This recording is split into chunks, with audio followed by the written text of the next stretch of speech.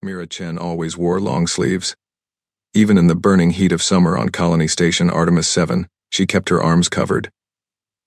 The other students in her class thought she was strange. Some whispered that she was trying to look different or get attention. Others simply ignored her, which suited Mira just fine.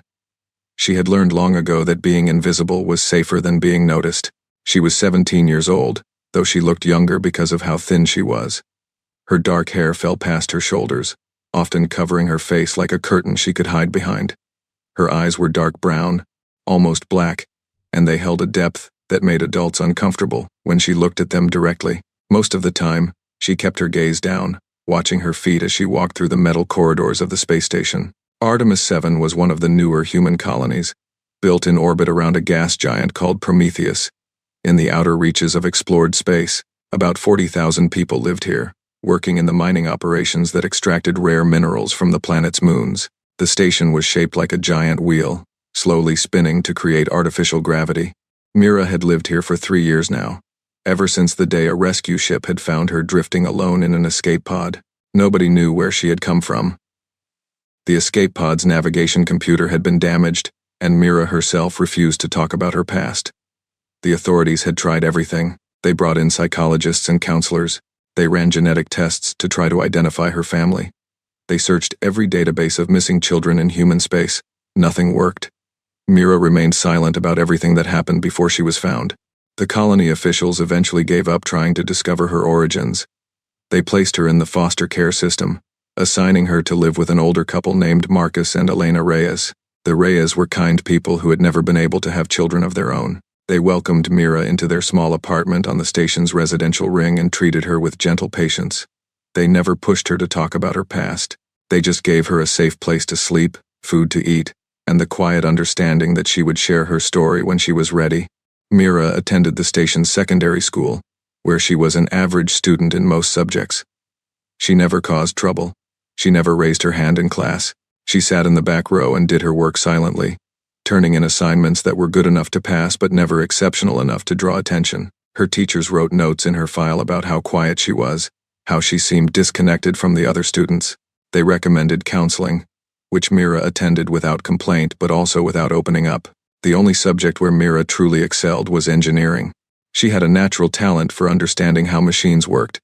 She could look at a broken device and somehow know exactly what was wrong with it. Her engineering teacher, Mr. Okonkwo, had noticed this gift early on and tried to encourage her to join the advanced classes. Mira refused. She didn't want to stand out. Standing out was dangerous.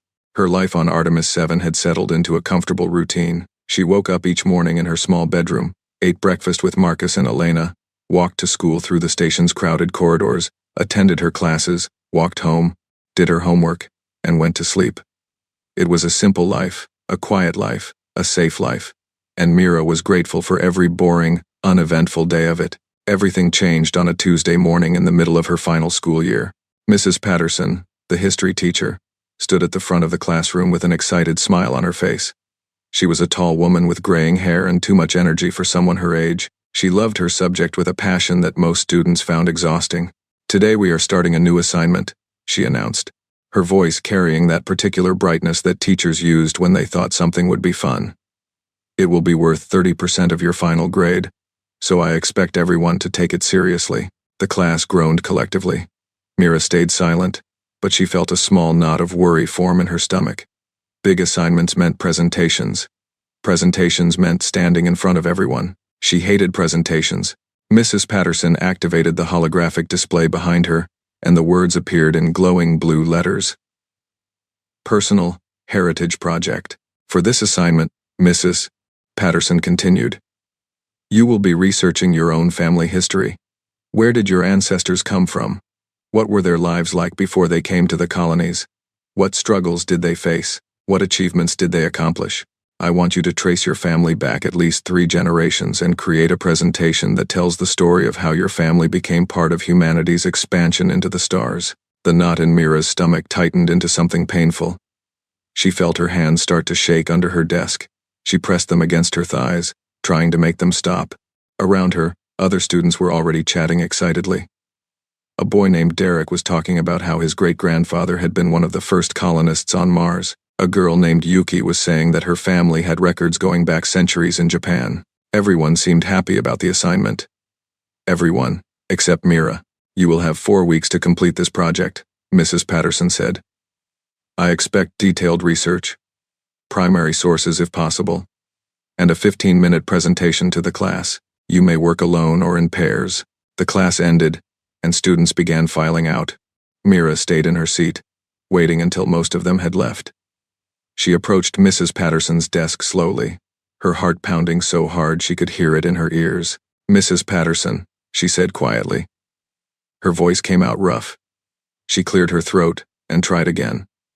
Mrs. Patterson, I need to talk to you about the assignment. The teacher looked up with a friendly smile. Of course, Mira. What questions do you have? Mira hesitated. She didn't know how to explain without revealing too much. I do not have access to my family history, she finally said. I was wondering if there was an alternative assignment I could do. Mrs. Patterson's smile faded into a look of confusion. What do you mean you do not have access? Have you talked to your parents about it? I live with foster parents, Mira said. I do not know anything about my biological family. Oh. Mrs. Patterson's expression shifted to sympathy. Oh, Mira, I am so sorry. I did not realize. She paused, thinking, well, perhaps you could do the project on your foster family's history instead? The Reyes family must have interesting stories. Mira shook her head. That would not be honest. It is not my heritage. Mrs. Patterson sat back in her chair, studying Mira with curious eyes.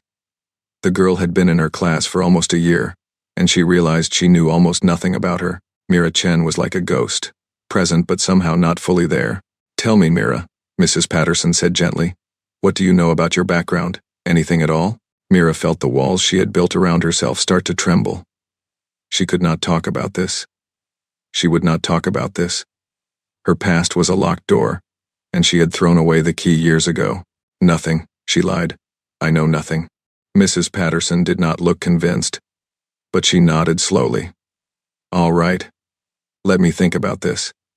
Come back tomorrow, and I will have an alternative assignment ready for you. Mira thanked her and left the classroom quickly.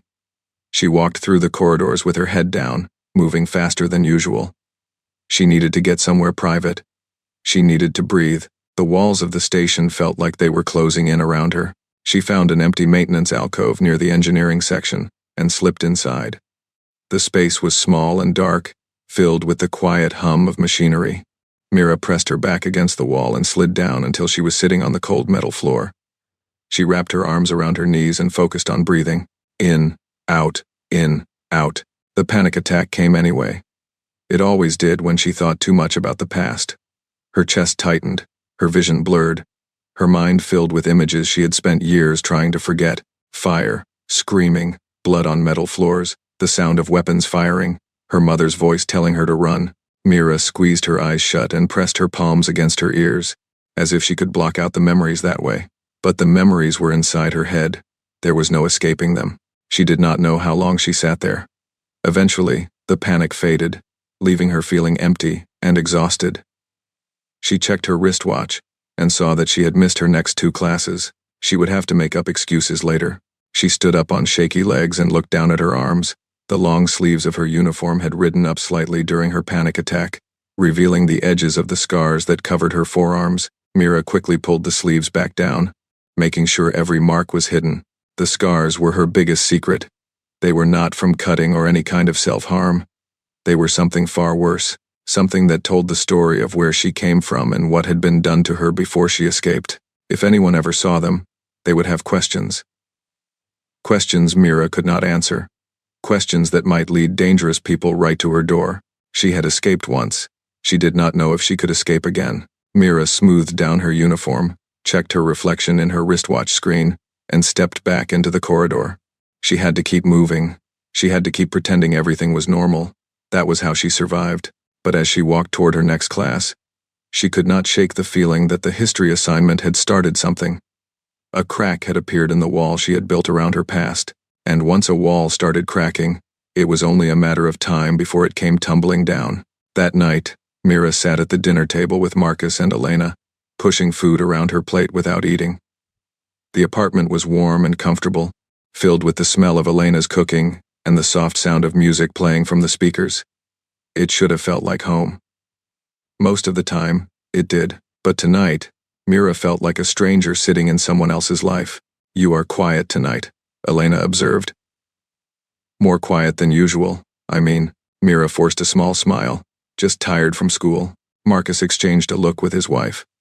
They had learned over the years not to push Mira when she withdrew into herself. But they also worried about her constantly. She was their daughter in every way that mattered, even if the adoption had never been made official because they could not prove her identity. "How is that engineering project going?" Marcus asked, trying to shift to a safer topic. He worked in the station's maintenance department and shared Mira's interest in machines. "Mr. Okonkwo tells me you are doing excellent work." "It is fine," Mira said, almost finished. The conversation drifted to other topics. Elena talked about her job at the station's medical center. Marcus described a problem with the water recycling system that had kept his team busy all week. Mira listened and nodded at the right moments, but her mind was elsewhere. She was thinking about the history assignment. She was thinking about the scars on her arms. She was thinking about the escape pod that had carried her through the darkness of space for 6 days before a passing cargo ship detected her distress signal. She was thinking about the place she had escaped from, the place that still haunted her nightmares, the place whose name she had never spoken out loud since the day she fled. After dinner, Mira helped clean up and then retreated to her bedroom. She sat on her bed and stared at the wall, where she had hung a poster of the Milky Way galaxy. Somewhere out there, in the vast darkness between the stars, was the station where she had been born, the station where she had lived for the first 14 years of her life, the station where everything had gone wrong. She rolled up her left sleeve and looked at her forearm. The scars were silver now, faded with time but still clearly visible. They formed a pattern that looked almost like a barcode, a series of parallel lines of different lengths and thicknesses, but it was not a barcode. It was something much worse. It was a serial number. Mira traced the lines with her finger, feeling the raised tissue beneath her skin. She had been number 7,749. One of thousands, one of the children who had been taken from their families and turned into something else, something that human society would never accept, something that made her dangerous. She pulled her sleeve back down and lay on her bed, staring at the ceiling. Tomorrow she would go back to Mrs. Patterson and accept whatever alternative assignment the teacher offered. She would finish her final year of school, graduate, and find a quiet job somewhere on the station. She would live a small, invisible life until she died of old age. That was her plan. That was how she would stay safe. But somewhere deep inside her, a small voice whispered that she was lying to herself. The past was not something she could outrun forever. Eventually, it would catch up to her, and when it did, she would have to make a choice: keep running and hiding, or stand and fight. Mira closed her eyes and pushed the voice away. She was not ready to make that choice. Not yet. Maybe not ever. Sleep came slowly, filled with dreams of fire and screaming and a little girl running through dark corridors, looking for a way out. The next morning, Mira arrived at school early. She wanted to talk to Mrs. Patterson before class started, get the alternative assignment, and move on with her life. But when she reached the history classroom, she found it empty. A note on the door said that Mrs. Patterson was sick and that a substitute teacher would be handling her classes for the rest of the week. Mira felt a moment of relief, followed quickly by frustration. The delay meant she would have to wait even longer to resolve the assignment issue. She turned to leave and nearly collided with someone standing right behind her. It was a boy named Kai Santos. He was tall and thin, with messy brown hair and bright green eyes that always seemed to be studying everything around him. Kai was one of the few students at the school who had ever tried to talk to Mira. She had always shut him down, but he never seemed to take offense. "Patterson is out?" Kai asked, reading the note over Mira's shoulder. "That is inconvenient. I had questions about the Heritage Project." Mira stepped aside, putting distance between them. "She will be back next week." Kai nodded thoughtfully. He looked at Mira with an expression she could not quite read. "Hey," he said, "I noticed you seemed upset about the assignment yesterday. Is everything okay?" "I am fine," Mira said automatically. She started walking toward her first class. Kai fell into step beside her. "I am not trying to pry," he said. "I just noticed that you did not look happy when Patterson announced the project, and then you stayed behind to talk to her." "It is none of your business," Mira said flatly. "You are right," Kai agreed. It is not. But sometimes it helps to talk to someone. And I am a good listener. Mira stopped walking and turned to face him. Her expression was cold, the walls around her firmly in place. I do not need help, she said. I do not need friends. I do not need anyone. Please leave me alone. She expected him to look hurt or angry. Instead, Kai just smiled sadly. Okay, he said. But if you change your mind, I sit 2 rows behind you in history class. The offer stands. He walked away, leaving Mira alone in the crowded corridor. She watched him go, feeling a strange mix of irritation and something else. Something that felt almost like regret. She pushed the feeling away and continued to her class. She did not need friends. Friends asked questions. Friends wanted to know things. Friends were a liability. But as she sat through her morning classes, she found herself glancing back at Kai more than once. There was something about him that seemed different from the other students, something that made her think he might understand what it felt like to carry secrets. She shook her head and forced herself to focus on the lesson. She was being foolish. No one could understand her secrets. No one could know the truth about where she came from and what she was. If they knew, they would be afraid of her, and they would be right to be afraid. Because Mira Chen was not just a quiet girl with a mysterious past. She was something that humanity had tried to create and then tried to destroy. She was a survivor of the most secret and most terrible project in human history. She was an augment. And the people who had made her were still out there, looking for her. The week passed slowly. Mrs. Patterson remained sick, and the substitute teacher did not seem to know anything about alternative assignments. Mira spent her days going through the motions of school while the anxiety about the Heritage Project grew like a weight in her chest. On Friday afternoon, she was walking through the station's commercial district when she noticed something strange. A man was standing near the entrance to a supply shop, pretending to look at his datapad, but his eyes kept flicking toward Mira. When she turned down a side corridor, he followed. Mira's heart began to pound. She had been trained to notice surveillance. It was one of the skills they had given her back at the facility. She knew how to spot a tail, how to lose one, how to fight if cornered. These were not skills a normal teenage girl should have, but Mira was far from normal. She quickened her pace without making it obvious. The corridor led to a maintenance section with multiple exits. If she could reach the service tunnels, she could disappear into the maze of pathways that ran through the station's infrastructure. Behind her, the man's footsteps grew faster. Mira turned a corner and broke into a run. She heard the man curse and start running too. Her mind raced through possibilities. Who was he? How had they found her? Had someone finally connected the escape pod to the facility she had fled? She reached a maintenance hatch and punched in the access code she had memorized during her first month on the station. The door slid open, and she ducked inside just as the man rounded the corner behind her. The service tunnel was dark and cramped, filled with pipes and cables. Mira knew this section well. She had explored most of the station's hidden spaces over the past 3 years, always looking for escape routes, always preparing for the day when her past might catch up with her. She moved quickly and quietly through the tunnel, taking turns at random, doubling back twice to confuse anyone following. After 10 minutes, she emerged in a storage area near the docking ring. She pressed herself against the wall and listened. Silence. She had lost him, but the relief she felt was overshadowed by fear. Someone was looking for her. Someone had found her. Her time on Artemis 7 might be running out. She made her way back to the residential section using a roundabout route, checking constantly for signs of pursuit. By the time she reached her apartment, her nerves were raw and her hands were shaking. Marcus and Elena were not home yet. Mira locked the door behind her and went to her room. She pulled a small bag from under her bed, the emergency kit she had prepared years ago and never touched. Inside were clothes, fake identification documents she had forged herself, a small amount of currency, and a data chip containing everything she knew about the facility she had escaped from. She sat on the bed with the bag in her lap, trying to decide what to do. Running was the safe choice. She could take an outbound ship tonight and be on the other side of the sector before anyone knew she was gone. She had done it before. She could do it again. But running meant leaving Marcus and Elena. Running meant abandoning the closest thing to a real life she had ever known. Running meant being alone again, always looking over her shoulder, never staying anywhere long enough to form connections. The thought made her chest ache. She put the bag back under the bed.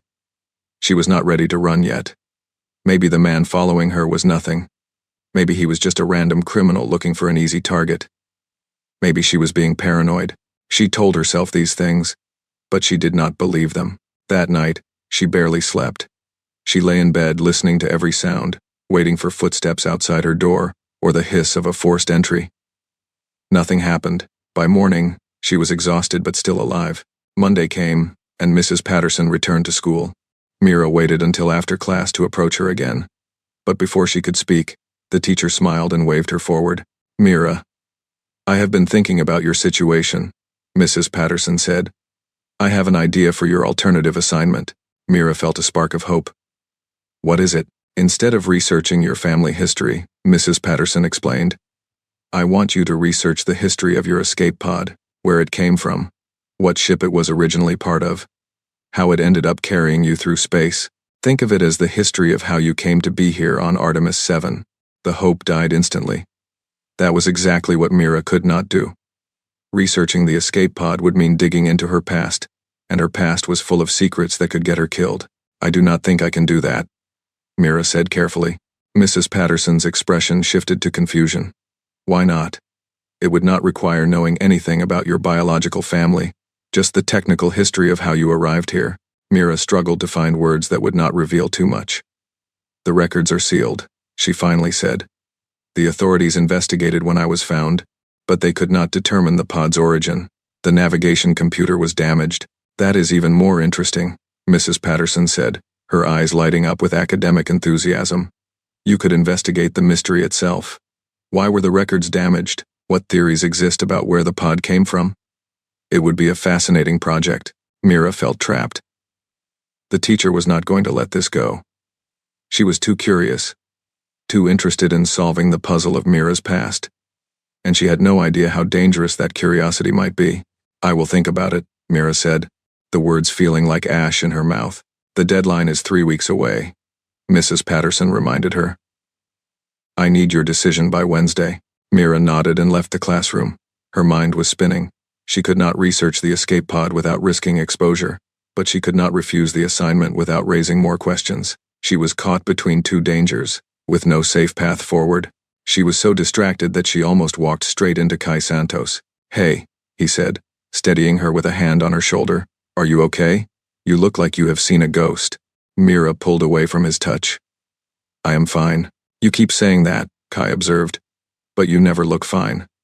He hesitated, then seemed to make a decision.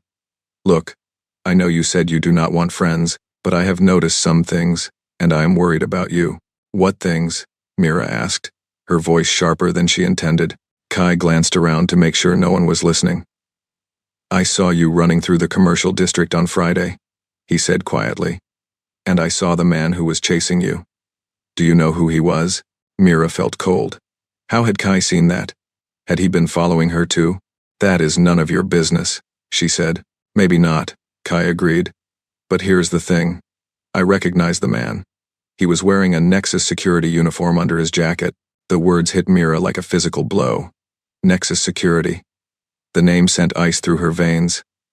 Nexus Corporation was the company that had funded the facility where she had been created. If they had found her, then everything was about to fall apart.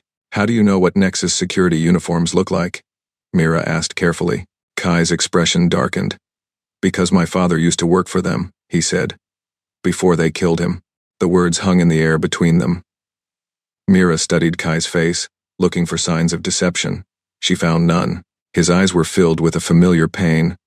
The pain of someone who had lost everything to people with too much power. "Why are you telling me this?" she asked. "Because I think we might be on the same side," Kai said. "And because I think you are in danger. I want to help." "You do not know anything about me," Mira said. "I know more than you think," Kai replied.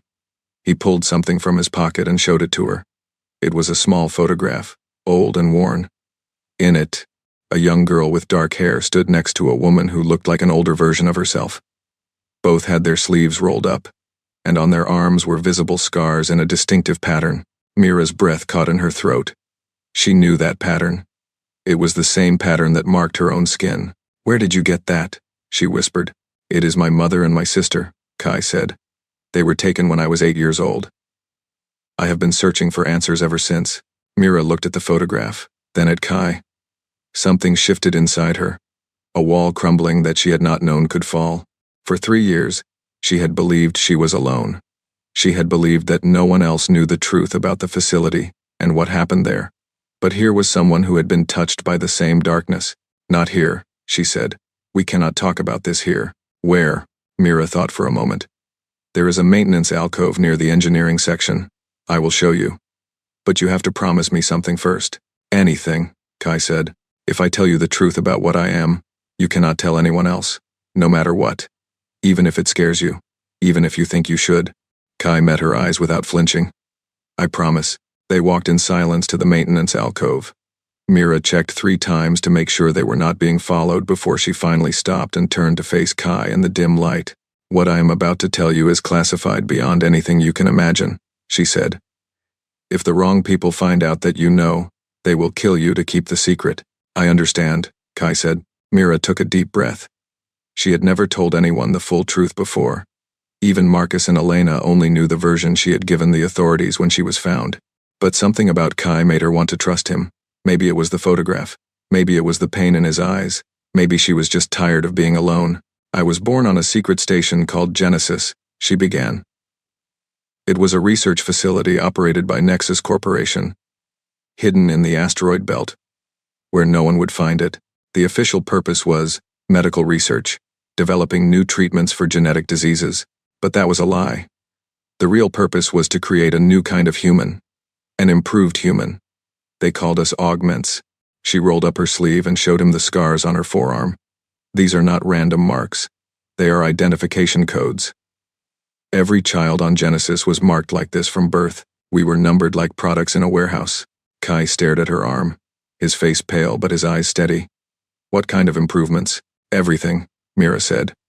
Faster reflexes, stronger muscles, enhanced senses, accelerated healing, expanded mental capacity. They altered our DNA before we were born and then trained us from the moment we could walk. By the time I was 10 years old, I could do things that would terrify normal people. Like what? Mira hesitated. There was a guard on Genesis who liked to hurt the younger children.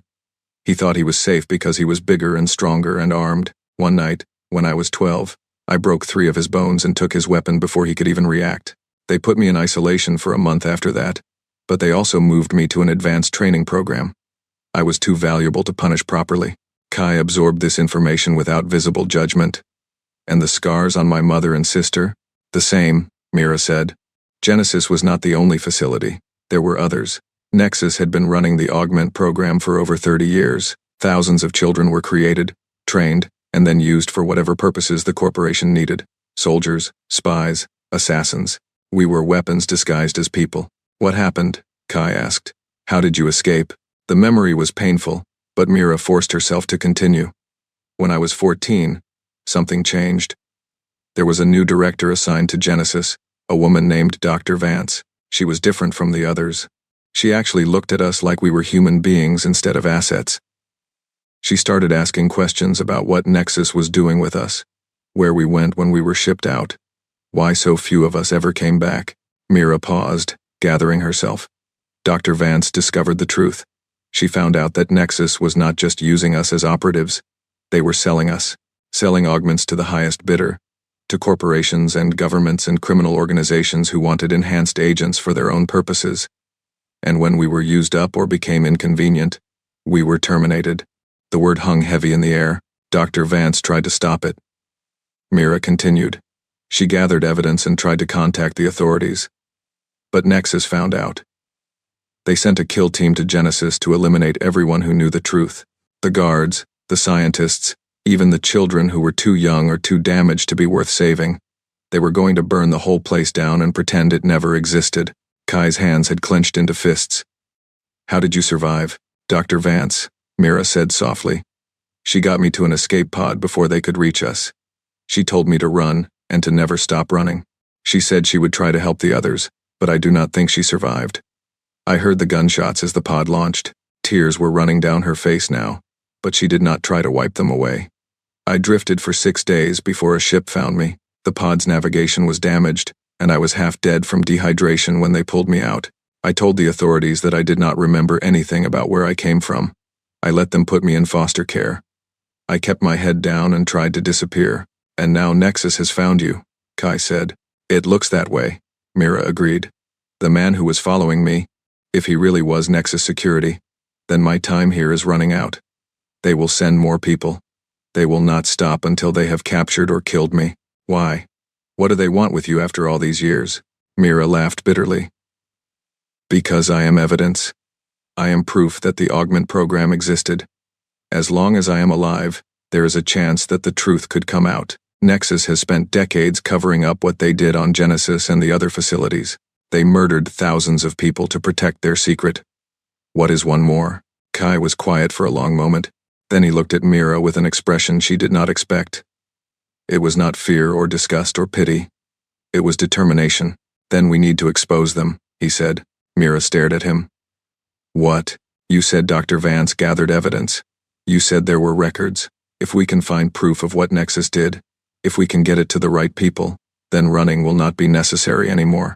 The secret will be out, and they will not be able to touch you without confirming their guilt. It is not that simple, Mira said. Nexus is one of the most powerful corporations in human space. They have connections to every major government. They own senators and admirals. Even if we had proof, who would we give it to? I do not know yet, Kai admitted. But I am going to find out. I have been searching for answers about what happened to my mother and sister for 9 years. Now I finally have a lead. I am not going to walk away from it. You could get killed, Mira warned. This is not a game. I know, Kai said. I have known that since the day my father was murdered. But some things are worth the risk. He paused. And you do not have to face this alone. Not anymore. Mira did not know what to say. She had spent 3 years convincing herself that she was better off alone, that connections only created weaknesses that enemies could exploit. But looking at Kai, she felt something she had not felt in a long time. Hope. Before she could respond, her datapad buzzed with an alert. She looked at the screen and felt her blood turn to ice. The message was simple and unsigned, but the words made her heart stop. We know who you are. 7,749. We are coming for you. You cannot run forever. She showed the message to Kai. His face went pale, but his voice was steady when he spoke. Then we better start fighting, he said. Mira looked at him, then at the message, then at the walls of the maintenance alcove that had been her hiding place for so long. Kai was right. Running was no longer an option. Nexus had found her, and they would not stop. The only way to survive was to go on the offensive. She had spent 3 years pretending to be a normal girl with a normal life. But she was not normal. She never had been. She was an augment, created to be faster, stronger, and smarter than ordinary humans. She had been trained to fight, to survive, to win against impossible odds. It was time to remember who she really was. All right, she said to Kai. If we are going to do this, we need a plan. And we need to start with the one person on this station who might have answers. Who? Mrs. Patterson, Mira said. She wants me to research my escape pod. Well, maybe it is time I actually did that research. But not for a school project. For a weapon. Kai nodded slowly. The history of how you got here might lead back to the facilities. To the evidence we need. Exactly, Mira said. And there is something else. The man who is following me. If he is really Nexus security, then he is not acting alone. There are others on this station. We need to find out who they are and what they know before they come after me. How do we do that? Mira allowed herself a small smile. The first genuine smile she had shown anyone in years. I have certain abilities, she said. Skills that I have been hiding for a long time. I think it is time I started using them. She looked down at her scarred arms, the marks that had always made her feel like a monster, like something less than human. But now she saw them differently. They were not just evidence of what had been done to her. They were proof of what she had survived. She was Mira Chen. She was number 7,749. She was an augment, one of the most dangerous beings ever created by human science, and she was done hiding. The following weeks transformed Mira into someone she had almost forgotten existed. During the day, she maintained her cover as a quiet student, attending classes and turning in assignments. But at night, she became something else entirely. She moved through the station's shadows like a ghost, using skills she had buried deep inside herself. Kai proved to be a valuable partner. His father had been a data analyst for Nexus before his death, and Kai had inherited both his technical abilities and his collection of encrypted files. Together, they began piecing together the puzzle of the augment program. The first breakthrough came when Mira traced the serial number on her escape pod. The pod had originally been assigned to a ship called the Prometheus Dawn, a research vessel that had been officially decommissioned 15 years ago. But according to the records Kai found in his father's files, the Prometheus Dawn had never been decommissioned. It had been secretly reassigned to transport augments between facilities. Mrs. Patterson was surprisingly helpful, though she had no idea what Mira was really researching. She gave Mira access to historical shipping records and helped her navigate the bureaucratic maze of colonial archive systems. Mira felt a twinge of guilt about deceiving the teacher, but the information was too valuable to pass up. The second breakthrough came from an unexpected source. The Nexus security agent who had been following Mira made a mistake. He got too close, and Mira was able to identify him as a man named Victor Orlov, a former military contractor with a long history of black operations. Kai hacked into Orlov's communication records and discovered something disturbing. He was not acting alone. A team of 6 Nexus agents had been deployed to Artemis 7 with a single mission: capture Subject 7749 and transport her to a facility on the edge of known space. They had a deadline of 2 weeks. "We need to move faster," Mira said when she saw the intel. "They are not going to wait for me to expose them. They are going to grab me before I can do anything." "Then we need to get the evidence out now," Kai replied. "Everything we have. Send it to every news outlet, every government agency, every independent journalist in human space." "It is not enough," Mira said.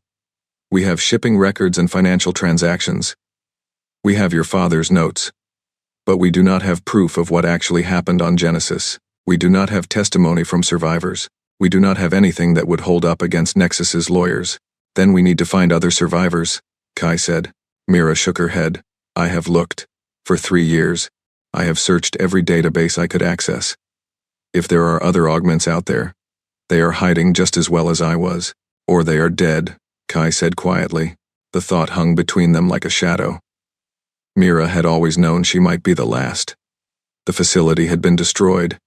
The kill team had been thorough, but she had hoped, against all evidence, that she was not alone in the universe.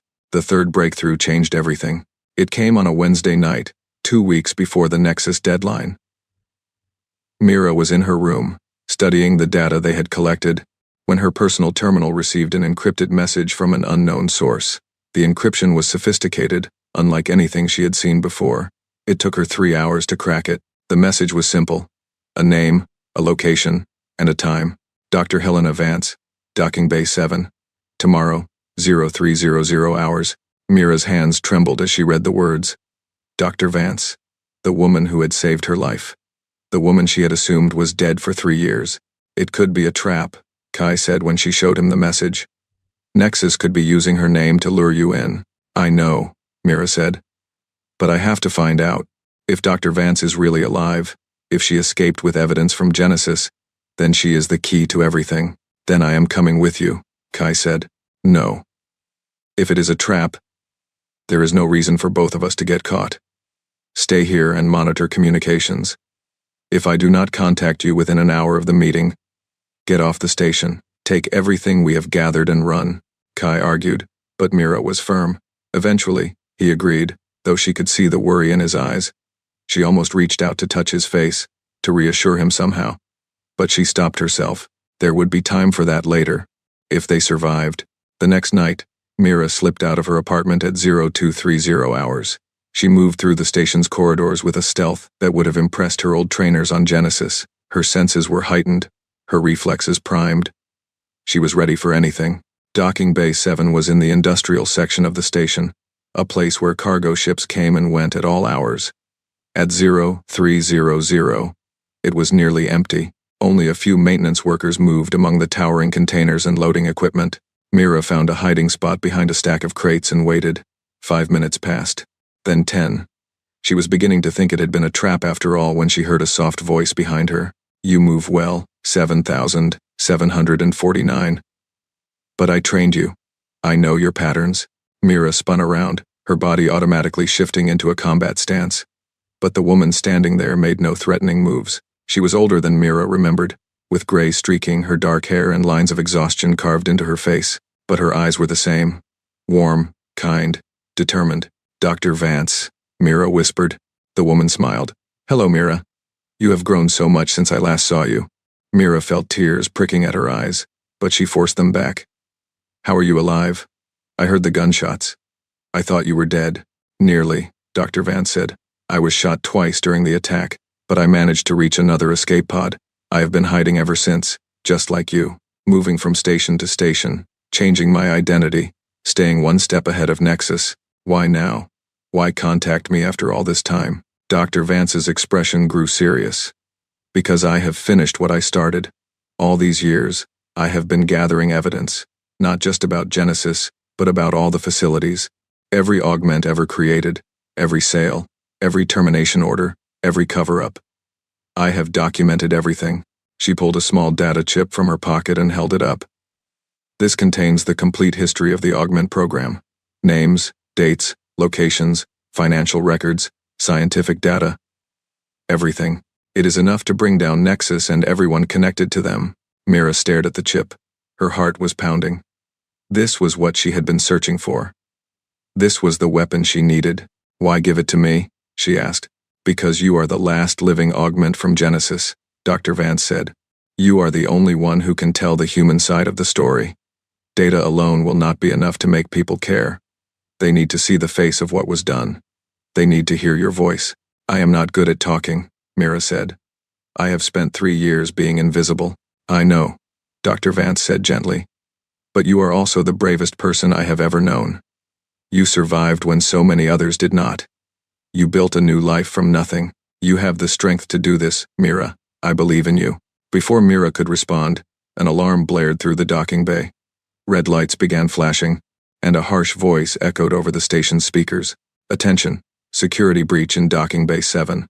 All personnel evacuate immediately." "They found us," Dr. Vance said, her voice calm despite the danger. "You need to go. Take the chip and get out of here." But Mira was no longer listening to her.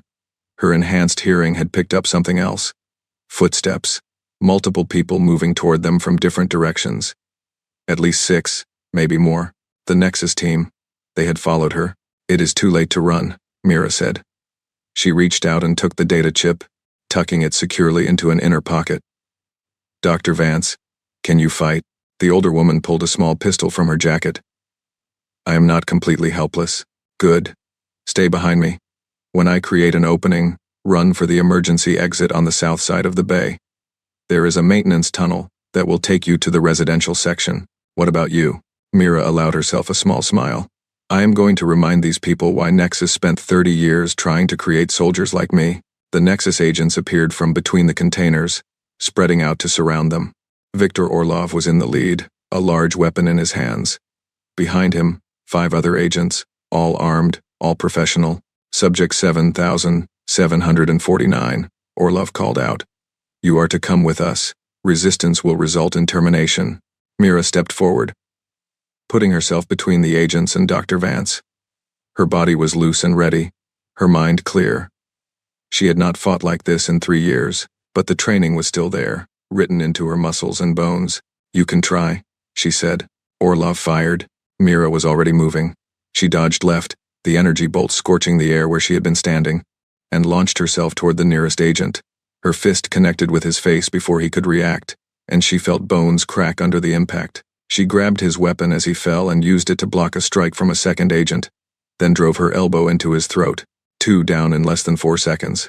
The remaining agents adjusted, trying to create distance, but Mira was faster.